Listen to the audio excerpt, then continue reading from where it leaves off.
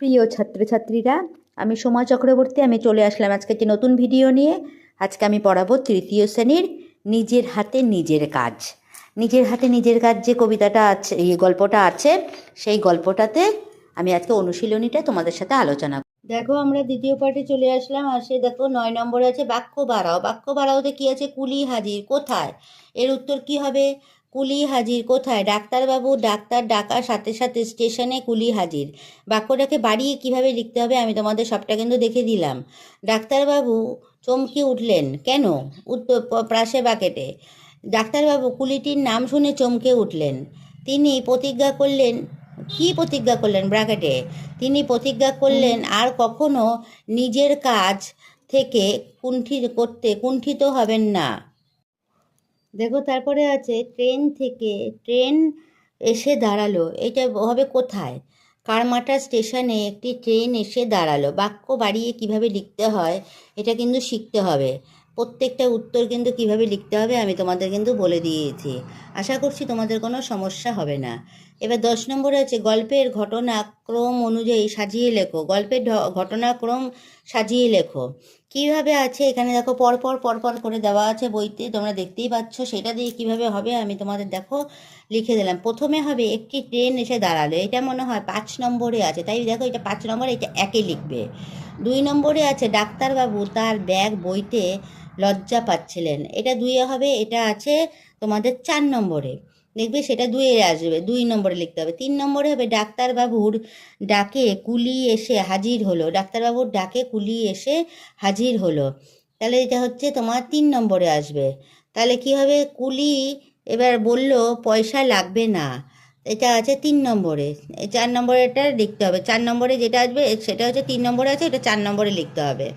আর দেখো 5 নম্বরে কোনটা হবে? ডাক্তারবাবু সেদিন উচিত শিক্ষা হলো। এটা আছে 2 নম্বরে, এটা 5 নম্বরে হবে। বুঝতে পারছো? নিজের ভাষায় উত্তর দাও। প্রথম প্রশ্নটা কি আছে? নিজের ভাষায় উত্তর দাও। নিজের ভাষা। নিজের হাতে ব্যাগ বইতে লজ্জাবোধ করছিল? কার নিজের হাতে ব্যাগ বইতে লজ্জাবোধ করছিল? বাঙালি ডাক্তারবাবুর নিজের হাতে ব্যাগ বই করতে লজ্জাবোধ হয়েছিল। বাঙালি ডাক্তারবাবুর নিজের হাতে ব্যাগ বইতে লজ্জাবোধ করছিল। প্রশ্নটা পরেরটা, ব্যাগ বইতে তার লজ্জা হওয়ার কারণ কি? তার লজ্জা হওয়ার কারণ কি? ব্যাগ বইতে তার লজ্জা হওয়ার কারণ কি? দেখতে পাচ্ছ? তাহলে 2 নম্বরে কী হবে? তিনি একজন ডাক্তার, সম্মানীয় মানুষ, তাই তিনি হাতের করে ব্যাগ বইতে লজ্জা বোধ করলেন। তাহলে তিনি ডাক্তার মানুষ, তিনি সম্মানীয়, তাই তিনি ব্যাগ বইতে কেন লজ্জা বোধ করছিল সেটার উত্তরটা গুছিয়ে কীভাবে হবে লিখে দিলাম।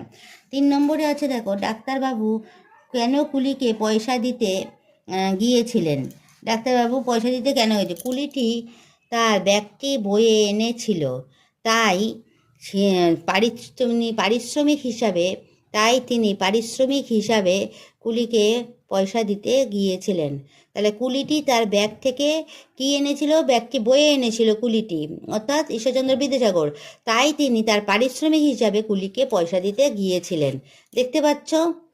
নম্বর প্রশ্নটা কী আছে? ডাক্তারবাবু নিতে চাওয়া পয়সা কুলিটি নিলেন না কেন? তাহলে এটা কি হবে? কারণ কাজটি তার বৃত্তি বা পেশা নয়। ডাক্তারবাবু বিপদে পড়ায় তিনি কেবলমাত্র তাকে সাহায্য করেছেন, তাই সে পয়সাটা নিতে চাননি। দেখতে পেয়েছো? 4 নম্বরটা কী হবে? 11 দাগের। এবার 12 নম্বরে চলে আসছি। তোমার জানা একটি রেল স্টেশনের নাম লেখো। তোমাদের যার যা জানা, সে যেখানে যে থাকো সেই রেল স্টেশনের নাম লিখবে। আমি হাওড়ার নাম লিখেছি, যেটা সবাই আর কি সবসময় গাড়ি ধরার জন্য যায়, তাই জন্য এটাতে হাওড়া বা শিয়ালদাও লিখতে পারো, শিয়ালদহ বা হাওড়া। তারপরে দেখো পরের প্রশ্নটা, গল্পে যে কি আছে? গল্পে ঈশ্বরচন্দ্রর শর্মাকে আমরা যে নামে চিনি তা বলো। গল্পে ঈশ্বরচন্দ্র শর্মাকে আমরা ঈশ্বরচন্দ্র বিদ্যাসাগর নামে চিনি। দেখতে পাচ্ছ কী হবে উত্তরটা? আমি তোমাদের সবটা কিন্তু দেখিয়ে দিলাম, আর কীভাবে লিখবে সেটাও আমি দেখিয়ে দিয়েছি। তাই জন্য আশা করছি তোমাদের কোনো বুঝতে কোনো সমস্যা নেই বা হবে না। পুরো উত্তরগুলো তোমরা খাতা বের করে লিখে ফেলো।